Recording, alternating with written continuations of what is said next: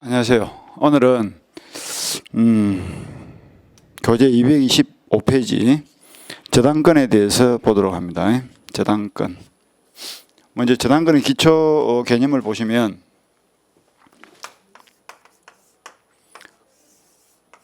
갑이올로부터 1억을 빌렸습니다. 돈 1억을 빌리는 것을 소비대차 계약이다라고 하고, 빌린 사람은 당연히 채무자가 될 것이고 빌려준 사람은 채권자가 되겠죠. 그리고 3월 1일 날 소비대차 계약을 맺고 10월 1일 날 변제를 하기로 했습니다. 그런데 빌려준 채권자 입장에서는 요 1억을 전날제에 받을 수 있을지 의심스럽죠. 그래서 담보를 설정하세요 하니까 갑이 자신의 토지에다가 2억짜리 토지에다가 3월 1일 날 저당권을 설정해 줬습니다.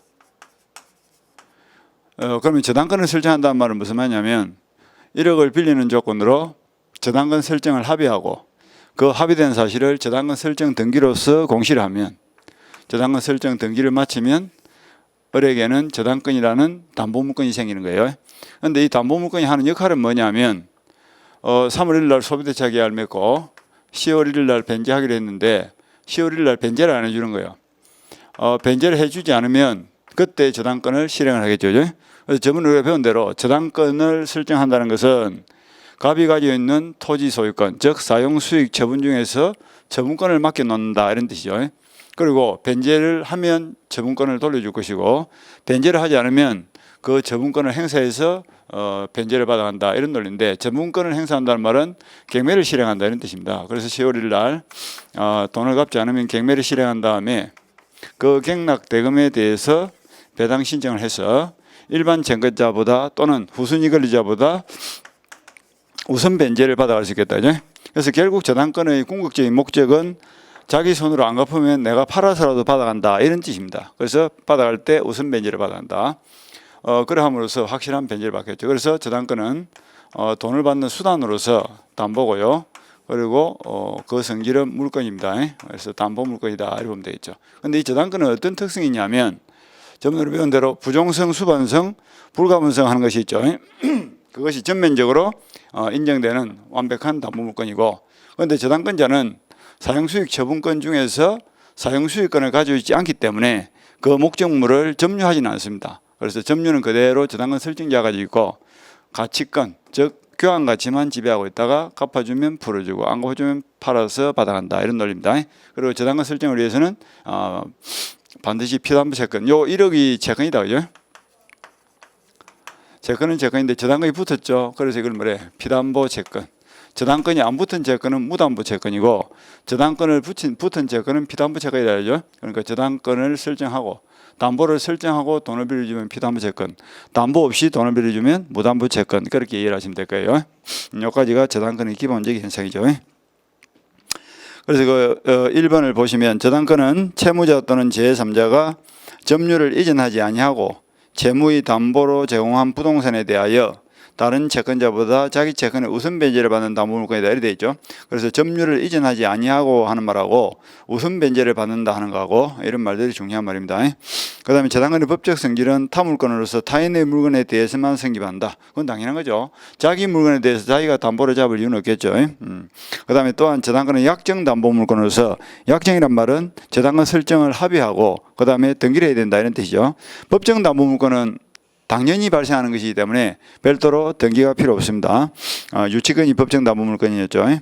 그 다음에 부종성, 수반성, 불가분성, 물상대성을 가지고, 물상대성을 가진다 하는 말이 중요한데, 이거는 저번에 봤다시피 이 토지에 저당권이라는 혹이 하나 붙어 있는 거야. 그런데 이 저당권이 붙은 토지를 국가가 수용을 해간다. 공용징수죠.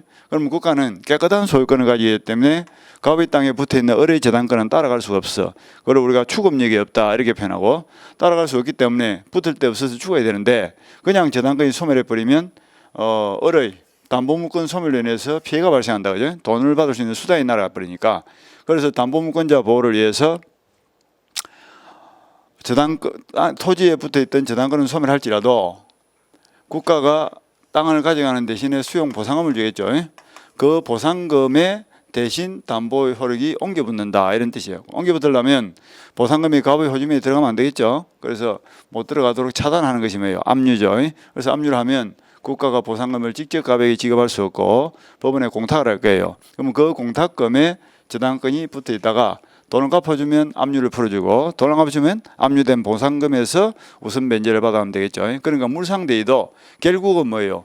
우선 변제를 위해서 인정되는 권리죠. 따라서 담보물권 중에서 유치권처럼 우선 변제권이 없는 담보물권은 물상대위를 인정하지 않습니다. 그렇게 보시면 쉬울 거예요. 그 정도 보시고 그 다음에 저당권 성립. 저당권 성립을 위해서는 저당권 설정을 하는 당사자가 그 다음에 저당권 설정의 합의를 거쳐서 저당권 설정 등기를 마치면 되겠죠. 그럼 저당권 설정의 당사자는 저당권자와 저당권 설정자. 여기서 을을 저당권자로 하고 갑을 뭐라고 표현하죠? 저당권을 설정해 줬으니까 저당권 설정자다라고 하는데 저당권자는 보다시피 채권자가 되는 거예요. 왜 그러냐면 저번에 우리가 피담보 채권은 주 저당권과 같은 담보물권은 종이다라고 했거든. 그러니까 항상 주를 가지고 있는 자가 종을 가지는 건 당연하다. 이 부종성의 논리죠. 따라서 저당권자는 채권자가 되는 것이 원칙이다. 그 다음에 이제 저당권 설정자는 누가 될 것이냐. 저당권 설정자는 보다시피 채무자가 자기가 돈을 빌리고 자기 땅에 저당권 설정할 수도 있지만 갑이 돈을 빌리는데 담보 잡힐 만한 물건이 없다. 그럴 때는 뭐 행님 토지에다 저당권 설정할 수도 있죠. 이렇게 저당권 설정자는 채무자가 꼭 될 필요는 없고 제3자가 되어도 관계없습니다. 그래서 저당권자는 채권자에 한한다. 그거 원칙으로 알아놓으시고 그 다음에 저당권 설정자는 채무자가 될 수도 있지만 물상보증인 제3자가 될 수도 있다. 그 다음에 저당권 설정 등기는 별로 중요하지 않고 그냥 등기를 해야 된다 하는 정도만 보시면 될 거예요. 그 다음에 저당권의 객체. 저당권의 객체는 이렇게 부동산, 동산 이렇게 개별로 보지 말고 묶어서 등기 등록이 되는 것 이렇게 알고 있으면 돼. 저당권의 객체는 등기 등록이 되는 것. 등기 등록이 되는 것이라면 부동산이든 동산이든 권리든 관계없이 저당권 설정이 됩니다. 가령 예를 들면 지금 토지처럼 등기가 되는 부동산에도 저당권 설정이 되죠. 그 다음에 자동차, 선박, 항공기처럼 동산이지만 등기 등록이 되는 물건은 저당권 설정이 됩니다. 그 다음에 전세권, 지상권처럼 권리도 저당권 설정이 되죠. 그러니까 전세권자가 돈이 필요하면 돈을 빌리고 전세권에다 저당권 설정해서 돈을 빌려 쓸 수도 있죠. 그러니까 전세권처럼 권리도 등기가 되니까 저당권 설정이 된다. 그 다음에 거꾸로 부동산이라고 해서 꼭 저당권 설정이 다 되는 건 아닙니다. 부동산 중에서도 등기가 안 되는 부동산이 있죠. 저번에 우리 본 대로 명의를 갖춘 미분리 가실이라든지 명의를 갖춘 수목이라든지 아니면 무단경작물 이런 것들은 부동산이지만 등기 등록이 되는 것이 아니기 때문에 또 저당권 설정이 안 될 수도 있죠. 그리고 아까처럼 자동차, 선박처럼 부동산이 아닌 동산에도 때에 따라서는 저당권 설정이 될 수도 있는 거예요. 그러니까 저당권 설정을 꼭 부동산만 된다, 뭐 다른 건 안 된다 이렇게 제한적으로 볼 필요는 없고요. 그래서 1번에 보면 쭉 가서 부동산, 토지, 건물처럼 부동산도 저당권 설정되고 지상권, 전세권처럼 권리에 대해서도 저당권 설정이 됩니다. 그 다음 동아리 2번 민법 이외의 법률에서 인정되는 것으로서 뭐 선박이라든지 뭐 등기된 임목, 그 밑에 자동차, 항공기 이런 것들이 있죠. 이런 것들은 동산이지만 임목은 동산이 아닙니다. 그래서 선박, 자동차, 항공기 동산이죠. 그렇지만 저당권 설정된다. 그 다음에 4번에 저당권을 설정할 수 있는 채권. 이 말은 피담보 채권이라는 뜻인데 저당권에 의해서 보호가 되는 채권 이런 뜻입니다. 이게 피담보 채권이죠. 저당권에 의해서 보호가 되는 채권은 어떤 것이 되느냐. 그거는 종류의 제한이 없어. 어떤 채권이든 저당권에 의해서 보장이 될 수 있습니다. 그러니까 1억을 빌려주고 그중 1억 전부를 담보할 목적으로 저당권 설정할 수도 있지만 1억 중에서 7천만 원만 담보를 설정하고 저당권 설정에도 관계없고요. 그리고 돈을 3번 빌려주고 한 건의 저당권 설정도 좋고 그리고 지금 현재 발생한 채권을 위해서도 저당권 설정이 가능하지만 장래에 발생할 채권을 미리 앞당겨서 저당권을 설정할 수도 있는 겁니다. 그러니까 저당권 설정의 대상물에는 제한이 없다. 그리고 저당권 설정을 할 수 있는 피담보 채권에는 제한이 없다. 됐죠? 자, 피담보 채권은 뭐라고? 저당권에 의해서 보장이 되는 채권을 피담보 채권이다라고 합니다. 그러니까 항상 종은 주인을 위해 존재하죠. 그래서 보장을 받는 채권을 피담보 채권. 그 다음에 넘어가시고 그러니까 피담보 채권은 종류의 제한이 없다. 그 다음에 저당권의 효력이 미치는 범위 그거 보니까 226페이지입니다. 목적물의 범위가 부합물, 종물, 과실 이런 말이 쭉 나와 있죠. 먼저 부합물, 종물 그에 대해서 한번 봅시다. 갑이라는 사람이 주유소를 합니다. 그런데 돈이 필요해서 을로부터 1억을 빌리고 자신의 주유소에다가 3월 1일 날 저당권을 설정해 주었습니다. 그리고 10월 1일 날 변제를 하기로 했죠. 그런데 주유소를 보니까 지상에는 이렇게 주유기가 있고 땅 밑에는 유류 저장 탱커가 있더라 이거죠. 여기에서 이제 독립부합의 문제가 발생하는데요. 독립이란 것은 주유소와 별도로 독립되어 있다 이런 뜻이고, 부합이란 것은 주유소에 하나로 붙어서 물건을 하나로 취급한다 이런 뜻입니다. 이게 이제 독립부합인데요. 우리 판례는 유류장 탱커와 같은 것은 부합으로 봅니다. 부합이란 것은 탱커가 땅속에 딱 묻히는 순간 주유소에 부착이 돼서 하나로 합쳐졌다. 그래서 물건을 한 개로 본다 이런 뜻입니다. 한 개로 본다. 그다음에 이제 주유기는 어떻게 취급을 하냐면 이 주유기는 우리 판례가 독립물로 봅니다. 주유기는 뭐 나사만 몇 개 풀면 또 탈부착이 가능하니까 주유소와는 독립된 물건을 보고요. 독립물이면서 그다음에 종물이면서 종물이란 것은 수단이다 이 말이죠. 항상 주는 목적, 종은 수단이 되죠. 그러니까 주유기는 주유소 영업을 위한 수단적 물건이니까 그래서 우리가 종물이다 이렇게 하고요. 그 다음에 부속물입니다. 부속물이란 것은 부착이 되어서 있지만 합쳐져 있는 것은 아니고, 부착이 되어서 합쳐져 있으면 부합이고, 부착이 되어 있지만 소속만 같이 하지 독립되어 있는 물건을 우리가 부속물이다 이렇게 표현합니다. 그래서 앞으로 주유기라면 독종 부속 이렇게 답을 하는 거예요. 주유기는 독종 부속, 독립물입니다. 탱커는 부합물이죠. 그런데 10월 1일 날 변제를 안 해준 거예요. 안 해주니까 저당권자가 어떻게 했을까? 그 주유소를 경매에 넣겠죠. 경매를 넣었어. 10월 1일 날 경매 놓은 주유소를 A라는 사람이 경락받고 대금을 완납했습니다. 그럼 이때 경매의 효력이 어디까지 미칠 것이냐, 여기에 대한 문제다. 그죠? 당연히 주유소가 경매에 들어가면 그 경매의 효력은 유류주장 탱커는 당연히 미치겠죠. 왜? 물건이 하나니까. 주유소가 경매에 들어가면 탱커도 당연히 따라 들어갑니다. 되죠. 그 다음에 이제 주유기도 들어갈 거냐 하는 건데, 주유기는 아까 뭐죠? 종이죠.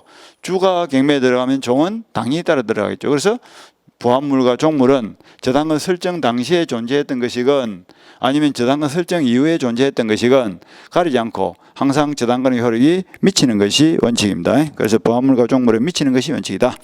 그래서 저당권의 효력은 저당 부동산에 부합된 물건과 종물에도 미친다. 됐죠? 그 정도 보시면 되고요. 그 다음에 이제 과실.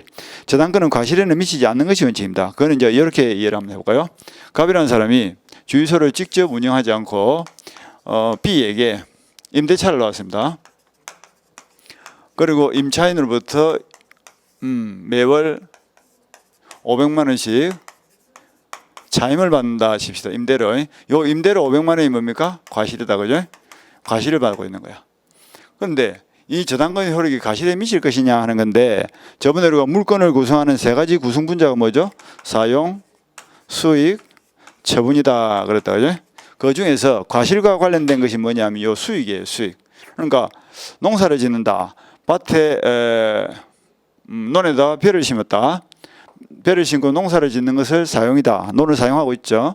그 다음에 가을이 돼서 추수를 한다고 뭐예요? 수익을 넣는다 이런 뜻이네요. 그 추수를 하는 벼나 콩이나 과실이 뭐예요? 이게 과실이에요. 과실. 그러니까 수익권이 있는 자는 과실을 가져갑니다. 그러니까 물건을 구성하는 세 가지 구성 분자 중에서 수익권을 가지고 있는 자는 과실을 가져가고 수익권을 가지지 못하는 자는 과실을 못 가져간다 이렇게 생각하면 되죠. 그런데 우리가 배운 이 저당권은 담보물권으로서 처분권은 가지지만 사용수익권은 없죠. 반대로 전세권, 지상권처럼 용익물권은 뭐예요? 사용수익권은 있지만 처분권은 없죠. 그러니까 용익물권은 수익권이 있으니까 용익물권자인 전세권자나 지상권자는 그 물건으로부터 생산된 과실을 가져갈 수 있는 거예요. 그런데 유치권, 질권, 저당권처럼 담보물권자는 사용수익권은 없고 처분권만 있기 때문에 수익권이 없으니까 뭘 못 가져간다? 과실을 못 가져가. 그래서 저당권자는 과실 수취권이 없기 때문에 그 주유소를 빌려주고 받는 요 임대료 500만 원에 대해서는 저당권 설정자가 가져가지, 사용 수익을 하고 있는 저당권 설정자가 과실을 수취하는 것이지 저당권자가 과실을 수취하지는 않습니다. 그래서 과실에는 원칙적으로는 미치지 않습니다. 그런데 돈을 안 갚으니까 경매 신청을 했고요. 그리고 10월 7일 날 경매 개시 결정이 떨어졌습니다. 그러면 경매 개시 결정과 동시에 법원의 직권에 의해서 요 주유소에다 뭘 해버려? 압류 등기를 붙여버리죠. 압류 등기를 붙여버립니다. 그래서 경매가 딱 개시 결정이 되면 처분을 못하도록 딱 묶어버려야 되겠죠. 묶어버려야 경매 진행 중에 물건이 안정적으로 확보가 되니까. 그래서 이 압류 등기가 되는 순간 그 주유소 저당 목적물에 관련된 모든 권리가 저당권자 쪽으로, 담보물권자 쪽으로 이전돼 가는 거예요. 그러니까 그때부터는 뭐를 가진다? 과실수취권도 가진다, 이런 논리입니다. 그래서 과실에 대해서는 원칙은 과실수취권이 없는데 압류 등기 이후부터는 저당권도 과실수취권이 있다, 즉 과실에 미친다, 이렇게 표현합니다. 이 압류 등기를 다른 말로는 경매 개시 결정 등기다라고도 합니다. 그리고 경매 실행 등기다라고도 합니다. 다양하게 표현하니까 알아놓으시고 그것만 좀 보시면 될 거예요. 그래서 과실을 보시면 저당권은 목적물을 점유하지 않고 설정자 점유하에 두어서 그가 사용 수익하는 것을 내용으로 하기 때문에 저당권의 효력은 즉 과실, 천연과실, 법정과실에 미치지 않는다, 여기까지 원칙입니다. 그러나 저당권의 실행에 착수한 경우, 즉 부동산 압류시 되어 있죠. 실행에 착수해서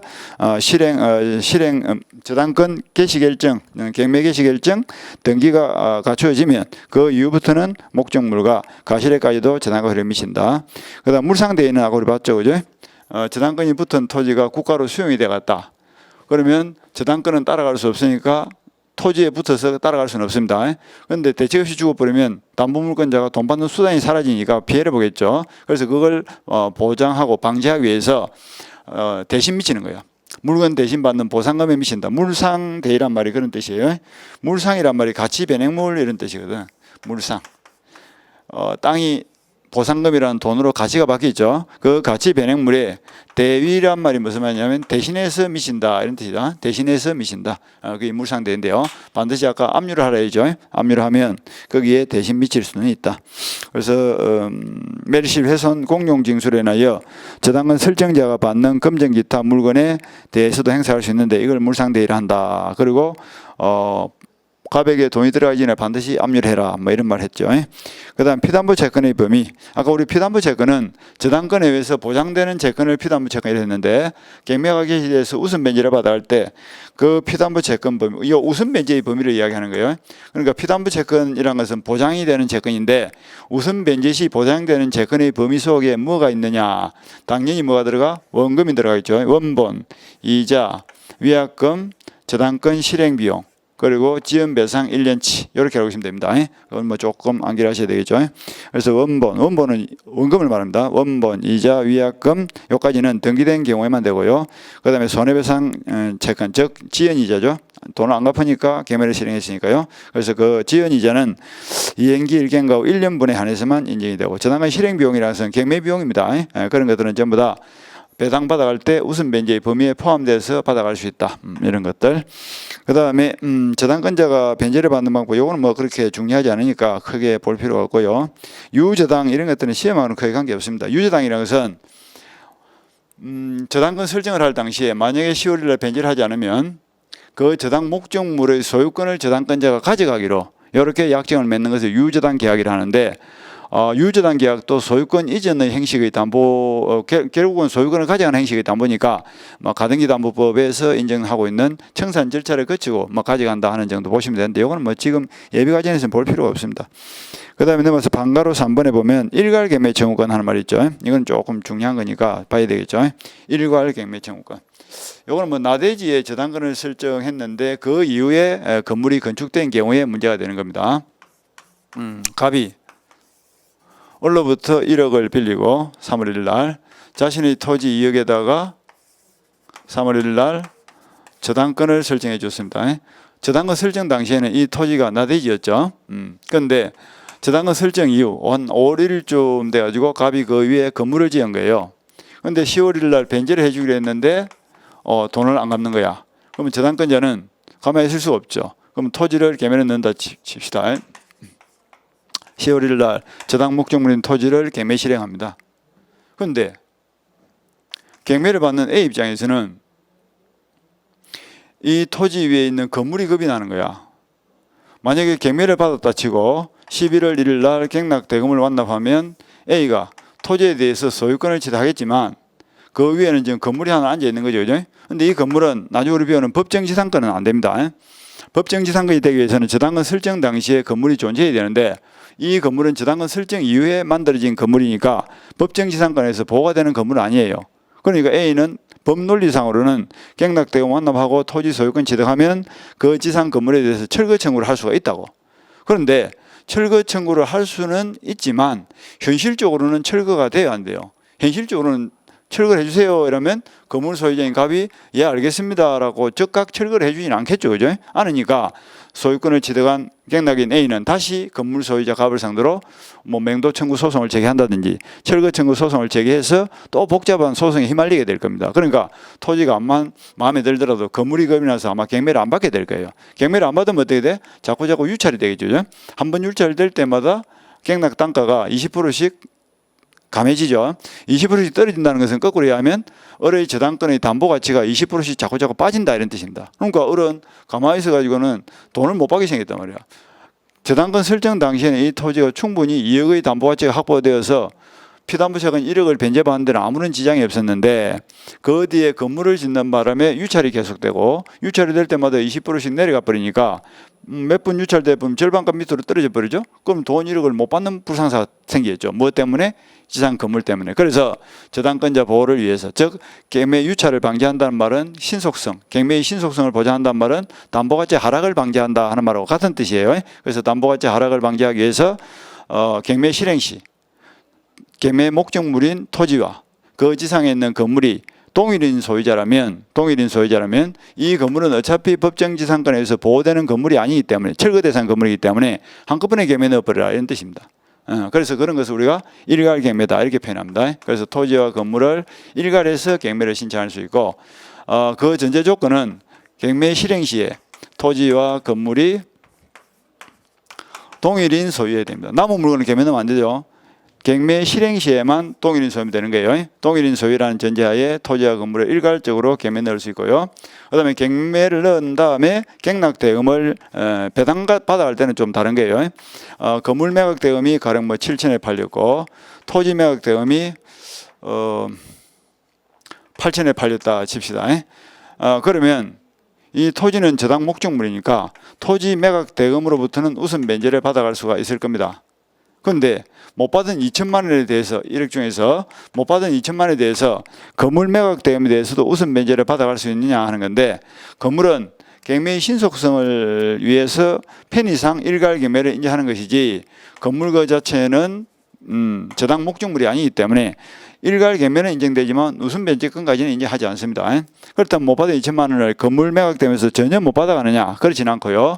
7천만 원부터 일반 채권자로서 순서를 따져서 마지막에 평등하게 일반 채권자로서 받아갈 수 있다. 됐죠? 다시 정리를 합니다. 일괄 경매를 위해서는 어떤 현상이 벌어져? 저당권 설정 당시에는 그 토지가 나대지였는데 그 이후에 건물을 지었는데 그 건물의 소유자가 토지와 건물의 소유자가 동일이더라. 그럴 때는 경매를 실행할 때 어차피 나중에 지은 저당권 설정 이후에 지은 건물은 법정지상권에서 보호가 되는 건물이 아니니까 철거 대상 건물이니까 토지만 경매 넣을 것이 아니라 토지와 건물을 한꺼번에 경매 넣을 수 있도록 인정해 준다. 그 다음에 한꺼번에 넣은 다음에 경락 대금을 분배할 때는 토지는 저당 목적물이니까 토지 매각 대금으로부터는 우선 면제를 받아갈 수 있지만 건물은 편의상 일괄 경매를 넣은 것이지 그것은 저당 목적물인 것은 아니죠. 저당 목적물인 것은 아니기 때문에 우선 면제권은 없고 단순히 못 받은 부분에 대해서 2천만 원 정도는 일반 채권자로서는 받아갈 수 있다. 이 정도가 기초로 놓으면 되겠죠. 그리고 나중에 본수업 들어가서 이제 판례를 조금씩 붙이면 될 거예요. 일괄 경매는 중요한 개념이니까 알아놓으시고. 그 다음에 양가로 3번에 저당권과 용익권의 관계 하는 말이 있죠. 요거는 이제 경매가 들어갔을 때 어떤 물건이 우선적으로 변제를 받고 어떤 물건이 죽을 것이고 어떤 물건이 살아남을 것이냐 이게 대한 문제입니다. 그래서 이제 이 중요한 개념이 뭐냐면 말소 기준 권리라는 개념이 중요합니다. 말소 기준 권리. 경매가 들어갔을 때 죽는다가 뭐예요? 말소. 살아남다가 뭐예요? 존속입니다. 그래서 어떤 권리가 존속되고 어떤 권리가 말소가 될 것이냐 기준이 되는 권리를 말소 기준 권리라고 합니다. 자, 예를 들면 갑이라는 사람의 토지에 을이 3월 1일자 전세권을 가지고 있고 전세금이 1억이 걸려 있습니다. 그 다음 병이라는 사람이 4월 1일자 저당권을 가지고 있고 저당 채권이 피담보 채권이 7천이 걸려 있습니다. 그 다음에 이 토지에 정이 5월 1일자로 가압류 채권을 가지고 있고, 가압류 채권 하지 말고 임차권을 가지고 있고, 임차권을 가지고 있고, 임차 보증금이 뭐 5천이 걸려 있다 칩시다. 그런데 혹이 3개 붙은 토지가 경매에 들어간 거예요. 경매에 들어갔어. 그리고 A라는 사람이 경락을 받고 경락 대금이 나왔죠. 그 경락 대금에 대해서 갑을, 병, 세 사람이 모두 병, 정 세 사람이 모두 배당 신청을 했다 칩시다. 그럼 배당을 받아야 할 때 누가 먼저 받아야 할 거냐? 그거는 순서에 따라서 전세권자가 먼저 받고, 그 다음 저당권자가 먼저 받고, 그 다음에 임차권자가 받으면 되겠죠. 그런데 만약에 경매에 들어갔을 때 전세권자가 배당 신청을 하지 않았다. 그럴 경우에 A는 깨끗한 토지를 받을 것인지 아니면 전세권이 붙은 토지를 받을 것인지 여기 대한 문제다. 그죠? 그때 이제 경매에 들어갔을 때 세 개의 권리 중에서 죽고 사는 것을 판단하는 기준이 되는 권리를 말소 기준 권리다라고 하는데, 그 말소 기준 권리는 그 부동산에 부과된 물건들 중에서 가장 빠른 담보 물건이 말소 기준 권리가 돼. 요거는 뭐야? 용익 물건이고 요거는 담보 물건이죠. 그러니까 이 담보 물건을 말소 기준 권리다 이렇게 표현합니다. 말소 기준 권리. 말소를 시키는 기준이 되는 권리 이런 뜻이에요. 그게 말소 기준 권리입니다. 그러니까 경매에 들어가면 병의 권리를 기준해서 병을 포함해서 그 이하에 있는 권리들은 깨끗하게 소멸하고, 병보다 빠른 을의 전세권은 죽는다 안 죽는다? 안 죽기 때문에 그대로 존속해서 경락인이 인수를 해야 돼. 인수를 한다는 건 안 된단 말이죠. 그러니까 이 사례에서는 혹이 붙은 토지가 경매에 들어갔을 때 전세권자가 배당 신청을 하지 않았다면 A는 깨끗한 토지를 받는다, 혹 붙은 걸 받는다. 혹이 붙는 거예요. 무슨 혹이 따라와요? 2억짜리, 1억짜리 전세권이 그대로 그 토지에 붙은 자로 따라오겠죠. 그러니까 경매를 받을 때 A는 항상 뭘 유념을 해야 될까? 요 1억을 내가 떠안는다 하는 생각을 가지고 경매를 봐야 되겠죠. 그리고 요 토지가 만약에 뭐 3억짜리 토지라면 2억 정도의 경매를 받으면 이거 비용 이런 거 생각하지 말고 2억 정도에 받으면 본전은 된다 이런 논리죠. 그러니까 1억을 싸게 샀다라고 좋아할 필요는 없다 이런 논리입니다. 그래서 여러 가지 물건이 있는 여러 가지 물건이 있는 토지가 경매에 들어갔을 때 죽고 사는 걸 판단하는 기준이 되는 권리를 저당권이라 합니다. 그래서 다시 이제 정리를 하면 저당권보다 말소 기준 권리보다 빠른 전세권은 경매에 들어가면 죽어요, 안 죽어요? 안 죽습니다. 안 죽으니까 누가 경락인이 떠안아야 되고, 말소 기준 권리 즉 가장 빠른 저당권보다 늦은 물건들은 임차권이든 임차권 제거이죠. 뭐 지상권이든 임차권이든 전세권이든 할 것 없이 말소 기준 권리보다 늦은 물건은 무조건 소멸하기 때문에 경락인이 떠안을 필요가 없다 이렇게 생각하면 될 거예요. 그런데 이제 예외적으로 말소 기준 권리보다 빠른 전세권자라 할지라도 경매 실행 시에 배당 신청을 해버리면 자기 스스로 죽겠다는 의사를 표현했기 때문에 그때는 죽습니다. 그때 배당 신청 안 하면 죽지 않고 그때는 경락인이 떠안는다 이런 뜻이에요. 그렇게 보시면 될 겁니다. 그래서 방금 1번 보니까 저당권 설정 전에 설정된 용익권 되죠. 그 말은 용익권이 저당권보다 빠르다는 뜻이에요. 따라서 둘째 줄에 저당권에 기하여 경매가 이루어지더라도 저당권보다 빠른 그 용익권은 아무런 영향을 받지 않습니다. 다만 저당권보다 먼저 설정된 전세권이라도 전세권자가 배당 요구를 하면 어떻게 돼? 그때는 죽겠다는 뜻을 표현했으니까 그때는 매각으로 소멸합니다. 반대로 그 방금 이번에 저당권 설정 후에 설정된 용익권 이렇게 되어 있죠. 저당권 설정 후에 설정된 용익권은 저당권보다 늦기 때문에 경매가 들어가면 무조건 소멸합니다. 그 다음에 제3취득자 하는 말이 있죠. 이 제3취득자는 누구냐면 저당권이 설정된 부동산을 빌리거나 산 사람, 매수를 한 사람, 이런 사람들을 제3취득자다라고 하는데 그 자는 지위가 어떻게 되는가를 한번 볼까요? 제3취득자. 이거는 뭐 제3취득자 보호제도에 대한 이야기입니다. 제3취득자를 어떻게 보호를 할 거냐에 대한 문제입니다.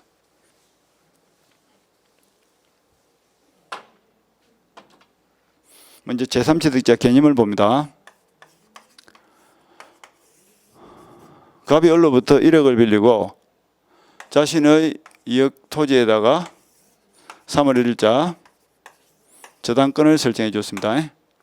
그리고 10월 1일 날 변제를 하기로 했죠. 이 토지에는 을의 저당권이나 혹이 하나 붙어 있는 게요. 그럼 저당권이 붙은 토지를 사고 파는 데는 지장이 있다 없다? 아무런 지장이 없죠. 그래서 갑이 돈이 필요하니까 저당권 설정 이후에 4월 1일 날 매매를 통해서 그 토지를 제3자 병에게 팔고 등기를 넘겨줬습니다. 그러면 뱅이 매수한 그 토지는 깨끗하다, 혹이 붙었다. 을의 저당권이나 혹이 그대로 붙은 따라가겠죠. 그러니까 매매를 하더라도 저당권은 죽어요, 안 죽어요? 안 죽고 따라간다는 말하죠. 추금력이 있다. 아까 우리 공용징수가 되면 저당권 따라가, 못 따라가? 못 따라간다. 그걸 말하죠. 추금력이 없다. 저당권이 못 따라가니까 저당권은 토지에 붙은 저당권은 죽을 수밖에 없는데 그냥 죽으면 피해를 보니까 그래서 이제 물상대가 필요하죠. 저당권, 저당 목적물이 붙은 토지를 가져가는 대가로 국가가 보상금을 주겠죠. 그 보상금을 물상이라고 거기에 저당권 효력이 대신 미친다 이렇게 본 거다, 그죠? 그래서 근데 매매의 경우는 저당권이 안 주고 따라가기 때문에 매매 대금에 대해서 저당권자가 압류해서 대신 받아야 한다 이런 것이 필요 없어. 저당권자 피해를 보는 것이 아니죠. 가만히 있더라도 저당권이 그대로 살아있다가 난주 돈 안 갚으면 병의 땅을 개매내 가지고 돈을 받아가면 되니까요. 그런 겁니다. 그다음에 이제 제3취득자가 누구냐 하는데 요 병이 제3취득자예요. 그러니까 저당권이 설정된 부동산을 매수를 통해서 사거나 아니면 전세권 지상을 통해서 빌리거나 이런 사람들을 제3취득자다 하는데 병의 지위가 안정이다, 불안정이다. 아주 불안하죠. 왜 불안하냐면 10월 1일 날 변제 날짜에 갑이 돈을 갚아주면 내 땅에 붙어있는 저당권이 떨어져 나가겠지만 갑이 만약에 돈을 안 갚아주면 어떻게? 을이 갑의 땅을 개매를 넣어가지고 돈을 받아 갚으려겠죠. 그러니까 병은 병의 땅을 개매를 넣어 돈을 받아 갚으려겠죠. 그러면 이 병은 뭐야? 소유권 잃을 염려가 있단 말이에요. 그래서 저당권이 붙은 땅을 사거나 빌린 사람은 지위가 불안정하기 때문에 보호를 해줄 필요성이 있다 이런 뜻입니다. 그래서 이 제3취득자를 이 사람이 제3취득자예요. 이 제3취득자를 보호를 해줘야 될 필요성이 있다고. 그럼 보호를 한다면 그 보호의 방법이 뭐냐? 보호를 하는 방법이 한 4가지 정도 있죠. 그죠? 그 첫 번째 보호 방법이 10월 1일 날 갑이 을에게 돈 안 갚으면 누가? 병이라도 대신 갚아줄 수 있죠. 그런 것을 우리가 대의변제다 이렇게 표현합니다. 대신 돈을 갚아주고 내 땅에 붙어있는 저당권을 풀고 그 다음에 갑을 찾아가서 구상권을 행사하면 되겠죠. 내가 대신 돈을 갚아줬으니까 그걸 돌려주세요. 이렇게 구상권을 행사할 수도 있고. 그 다음에 두 번째 보호 방법이 뭐냐면 미처 대의변제를 뭐 했습니다. 그러면 을이 돈을 못 받았으니까 병의 땅을 개매를 넣었겠죠. 그래서 10월 1일 날 개매가 들어간 거예요. 통상적인 경우에는 자기 물건을 자기가 개매 받아갈 수 없습니다. 그런데 이 제3취득자는 내 잘못으로 개매가 들어간 것이 아니다. 따라서 대의변제 자신의 물건을 자기가 배상받아갈 수 있다고. 그래서 소유자이지만 갱락인의 지위를 인정합니다. 갱락인의 지위를 인정한다. 다른 말로 하면 재고가 매수 신고인의 지위를 인정한다. 이렇게도 표현하는데 자기 물건이라도 자기가 경매를 받아서 다시 소유권을 보존할 수 있도록 기회를 준다. 이렇게 보시면 되겠다. 원래는 자기 땅 자기가 경매를 못 받습니다. 그런데 제3취득자는 받아간다. 그 다음에 제3취득자가 미처 경매도 못 받았죠. 그래서 제3자 A가 12월 1일 날 경매를 받고 갱락 대금을 완납해버렸습니다. 그러면 이제 소유권을 취득해버리죠. 소유권을 취득했다는 것은 제3취득자는 소유권을 잃게 되었다 이런 뜻이죠. 소유권을 잃었지만 4월 1일부터 12월 1일까지 8개월간 병이 소유권을 가지고 있는 동안에 그 토지에 필요비나 유익비를 들인 거야. 비용이죠. 그죠?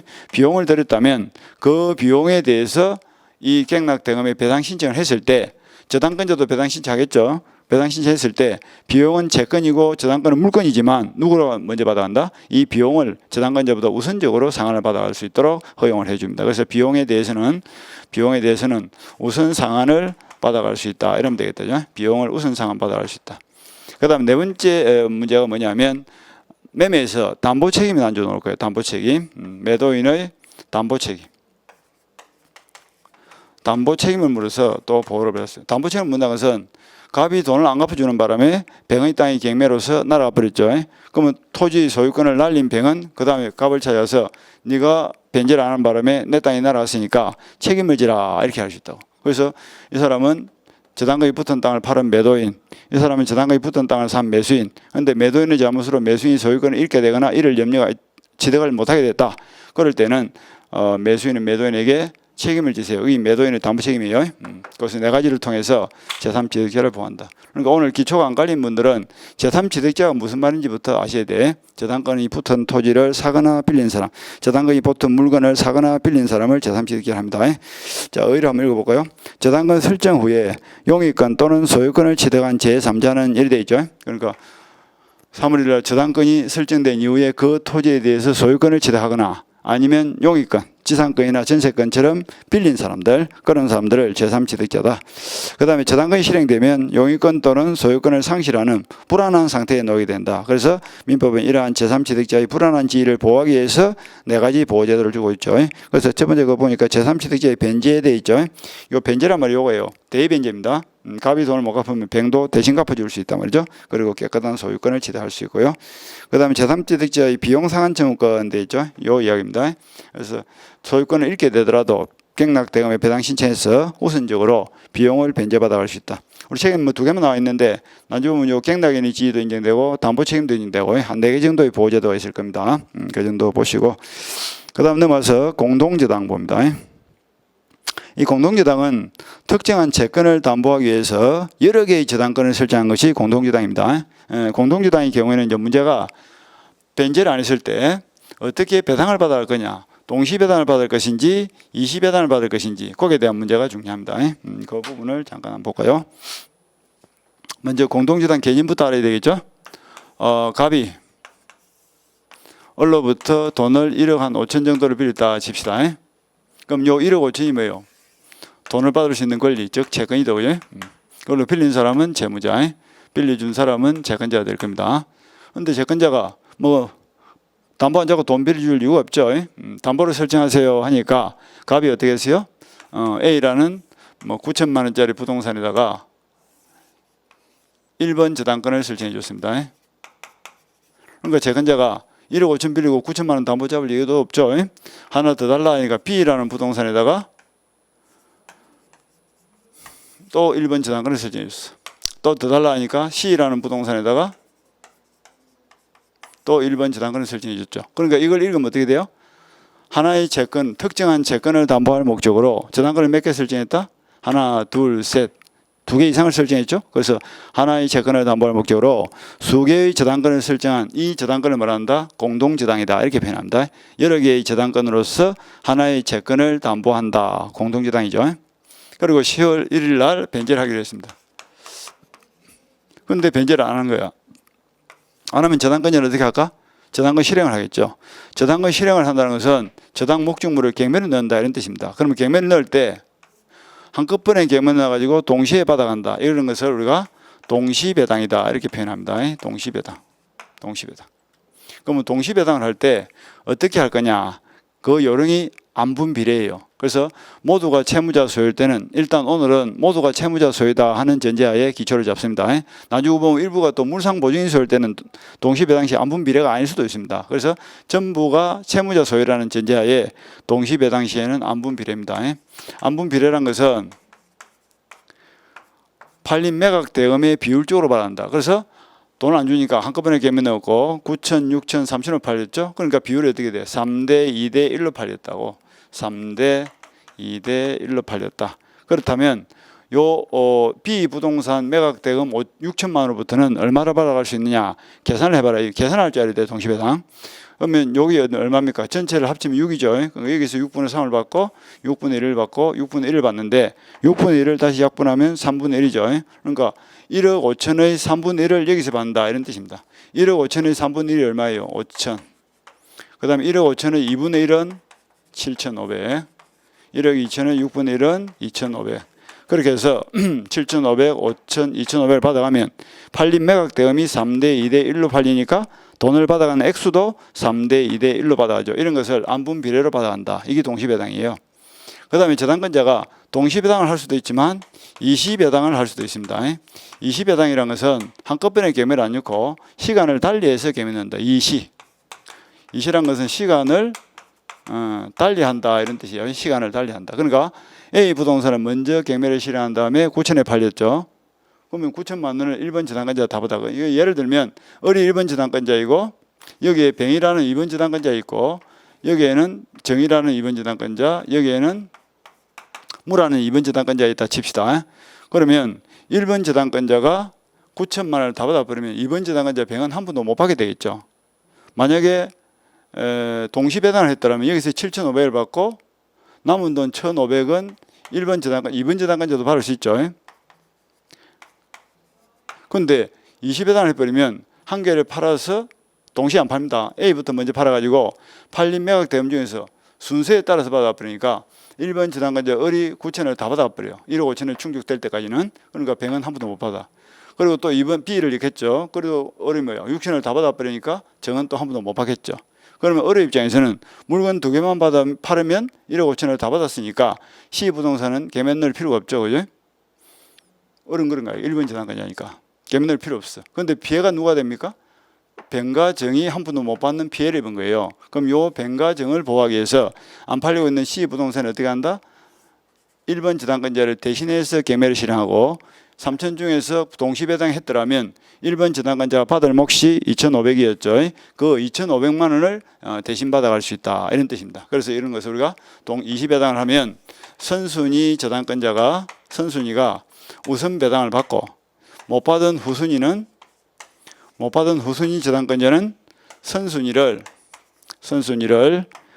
대위해서 배당을 받아간다. 요 말만 이해를 하시면 돼. 선순위를 대위해서 배당받아간다. 이 말이 좀 어렵죠, 그죠? 처음 보시면 어려울 거예요. 그래서 공동저당의 개념을 먼저 잡고 요 2개 말만 이해를 하시면 돼. 공동저당이란 특정 채권을 위해서 여러 개의 저당권을 설정했다는 뜻이고, 변제하지 않으실 때 저당권 행사 방법이 한꺼번에 경매에서 동시에 받아갈 수도 있고 하나하나 팔아가지고 팔리는 쪽쪽 순서에 따라 받아갈 수도 있다. 뭐 이런 것을 이해를 하시면 되겠네요. 그게 동시배당입니다. 공동저당입니다. 그 다음에 밑에 내려가서 건저당을 한번 봅시다. 건저당. 이 건저당이라는 것은 계속적 거래관계로부터 발생하는 정간 변동하는 불특정 다수의 채권을 담보할 목적으로 인정되는 저당권이 공동저당입니다. 건저당입니다. 자, 건저당의 기초 개념만 오늘 한번 볼까요? 자, 갑이 을로부터 납품을 받습니다. 납품 뭐 한두 번 하는 게 아니죠. 그러니까 계속 납품을 하는 거예요. 계속적으로. 그런데 납품을 하는 쪽에서는 항상 염려되는 바가 뭐라? 납품 대금을 제때 못 받을까 걱정이다. 그죠? 그래서 1월 1일 날 갑과 을이 만나가지고 을이 갑에게 부탁을 하기를 올 한 해 동안 납품한 대금 중에서 재고한도 1억까지는 담보를 좀 해주면 고맙겠습니다. 하니까 갑이 그렇게 합시다. 그렇게 해서 2억짜리 토지에다가 저당권을 붙였는데 1월 1일 저당권을 설정할 당시에는 장차 채권이 12월 31일 날 채권이 얼마가 물품 대금이 얼마가 밀려 있을지 알 수가 없다고. 납품 대금을 꼬박꼬박 주는 건 아니죠. 그러니까 자꾸 예산값이 밀리겠죠. 그러니까 그 납품 대금이 얼마가 밀릴 것이냐 알 수가 없어. 그러니까 지금 현재 시점에서 장차 발생할 채권을 미리 담보하는 건데 그때 이 미리 담보하는 저당권을 건저당이다 이렇게 표현합니다. 이 뿌리 건자를 쓰는 이유가 지금은 저당권의 뿌리만 심어놓고 나중에 결산기가 되었을 때 그 저당권의 피담보 채권이 얼마가 될 건지가 확정이 되고 저당권의 모양이 드러난다 이런 뜻입니다. 그러니까 지금은 심한 뿌리 놓는 상태다 이런 뜻이죠. 그래서 건저당이고 건의 의미는 항상 미래입니다. 미래에 발생할 장래에 발생할 채권을 담보할 목적으로 미리 저당권을 설정하는 것을 건저당권이다 이렇게 표현합니다. 그게 건저당이에요. 그래서 이제 출발을 했는데 3월 달쯤 돼가지고 지난 2개월치 납품 대금을 깨끗하게 갚아줘 버렸죠. 그럼 저당권 피담보 채권이 0이 되죠. 그런데 일반적인 저당권은 엄격한 부정성을 요하기 때문에 피담보 채권은 저당권 종이죠. 주가 죽으면 종은 뭡니까? 자동적으로 죽어버려요. 그런데 건저당은 결산기까지 계속합니다. 그 점에서 부정성이 완화되어 있다 하는 이야기를 하죠. 그 다음에 이제 12월 31일이 되었고 결산을 해보니까 예산값이 1억 2천에 밀렸더라. 1억 2천이 채권이 밀려 있는 거예요. 돈 못 받은 게 1억 2천입니다. 그런데 아까 건저당을 설정하면서 올해 한 해 납품한 대금 중에서 얼마까지? 재고 한도 1억까지 담보를 하기로 했죠. 이걸 우리가 채권 재고액이다라고 하는데 가만 보니까 2천만 원이 초과돼 버렸죠. 이 경우에 어떻게 배당을 받아갈 거냐? 그때 이 재고액의 의미가 문제되는데 이 재고액의 의미는 우선 변제의 한도액을 의미하는 것이지 책임의 한도액을 의미하는 게 아닙니다. 따라서 돈을 안 갚으면 2억짜리 토지를 경매에 넣겠죠. 경매너가 A라는 사람이 2억의 배당을 받았습니다. 2억의 경락 대금이 나온 거예요. 여기에 1억 2천을 가지고 배당 신청했을 때 어떻게 배당을 받아갔냐 하는 건데 1억까지는 재고 한도액 1억까지는 우선 변제 즉 담보가 되어 있으니까 1억까지는 우선 변제를 받아갑니다. 근데 초과돼 버린 2천만 원은 담보 한도를 초과해 버렸으니까 이 부분에 대해서는 우선 변제권이 없습니다. 일반 채권자로서는 받아갈 수 있지만 그럼 이 우선 변제의 범위에 뭐가 들어가느냐? 아까 우리 일반 저당권에서 배운 대로 원본, 이자, 위약금 이거는 똑같이 들어가죠, 그죠? 그런데 지연배상, 이 지연배상이라는 것은 제때 돈을 안 갚는 바람에 채권자에게 손해가 발생했단 말이죠. 그 손해배상은 일반 저당권에서는 제후 1년치만 담보가 되는 데 비해서 건저당에서는 전부를 담보를 해줍니다. 그 다음에 실행비용. 실행비용이라는 것은 경매비용이죠. 실행비용. 그러니까 돈을 안 갚으니까 경매를 넣었죠. 경매비용이 한 300만 원 들어간 거예요. 그러면 이 경매비용은 2억 배당 신청을 2억 갱락대금이 나오면 법원에서 배당 신청하지 않더라도 이 실행비용에 대해서는 최우선 변제를 해줍니다. 최우선 변제를 해줍니다. 그러니까 이래 되겠죠. 2억 중에서 300만 원을 먼저 을에게 주고 1억 9,700만 원 가지고 배당을 실시하는데 그 중에서 1억까지는 우선 변제를 받고 1억까지는 우선 변제를 받고 나머지 2천만 원은 우선 변제를 못 받아 한다. 그다음에 1억 범위에 속하는 것은 이런 거다. 실행비용 안 들어간다 말이죠. 그래서 실행비용 안 들어간다 해가지고 돈을 못 받는다 이렇게 생각하시면 안 되고 배당을 하기 전에 미리 줍니다. 미리 준다. 그러니까 결국 을은 1억 300만 원 우선적으로 받아간다 이런 논리가 되겠죠. 여기까지를 이제 건저당이라 합니다. 다시 한번 볼까요? 건저당이 뭐고 개념은 잘 잡으셔야 돼. 건저당이라는 것은 장래에 발생할 채권을 미리 앞당겨서 설정한 저당권을 건저당이라 하고 불특정 다수의 채권을 담보하는 것이기 때문에 고정이 되어 있지 않습니다. 그러니까 채권이 늘었다 줄었다 하는데 그 중에서 1억까지를 담보를 해줍니다. 그래서 채권 재고액은 반드시 적어야 됩니다. 그리고 건저당도 건저당 설정을 합의하고 그 다음에 등기를 해야 되는데 이 등기를 할 때 반드시 들어가야 될 필수적 등기사항이 세 가지 있어요. 그게 뭐냐면 건저당이라는 취지를 반드시 밝혀야 되고 그 다음에 채권 재고액을 적어야 되고 그 다음에 채무자를 기재해야 되겠죠. 요 세 가지가 필수적 등기사항이다. 요 정도가 이제 건저당에서 기초입니다. 이 말고도 판례가 엄청 많아요. 건저당도 중요하죠. 그래서 읽어보면 건저당이란 쭉 가서 계속적 거래관계로부터 생기는 다수의 불특정 채권을 결산기에 계산하여 잔존한 채무를 일정 한도까지 담보하려는 저당권을 말한다. 대충 이야기하면 계속적 거래로부터 생기는 장래에 발생하는 불특정 다수의 채권 중에서 채권 재고액 한도까지 담보하는 저당권을 건저당이라 합니다. 그 다음에 뭐 특질은 다수의 채권을 담보한다. 뭐 일시적으로 0이 되더라도 건저당은 소멸하지 않는다. 이런 것들 읽어보시고 그 다음에 성립에서는 등기를 해야 되는데 반드시 건저당이라는 뜻과 채권 재고액, 채무자의 성명과 주소는 등기해야 이 필수적 등기사항이죠. 뭐 이런 것들. 그 다음에 건저당의 효력에서는 뭐 원본, 이자, 위약금 들어가고 지연배상 1년치가 아니라 그랬죠. 전액이 담보되고 그 다음에 실행비용은 제외된다. 실행비용이 경매비용인데 제외된다라고 해서 못 받는다는 뜻은 아니고요. 최우선 변제를 받는다 이랬습니다. 그 다음에 피담보 채권의 확정은 여기처럼 결산기가 정해져 있으면 정한 결산기 아니면 이 저당 목적물이 경매에 들어갔을 때는 건저당권자가 경매를 넣으면 경매 신청 시에 확정이 되고 뭐 후순위자가 경매를 넣으면 갱락 때 완납 시에 확정된다 이런 판례들이 있는데 그런 판례들은 지금은 볼 필요가 없을 것 같아요. 그래서 오늘은 공동저당은 이런 것이다. 건저당은 대충 이런 것이다. 개념을 잡으시면 되겠네요. 자, 여기까지 보시고 이렇게 해서 이제 저당권이 끝났고요. 잠시 쉬었다가 계약법으로 들어가서 보도록 하겠습니다. 잠시 쉬었다 하겠습니다.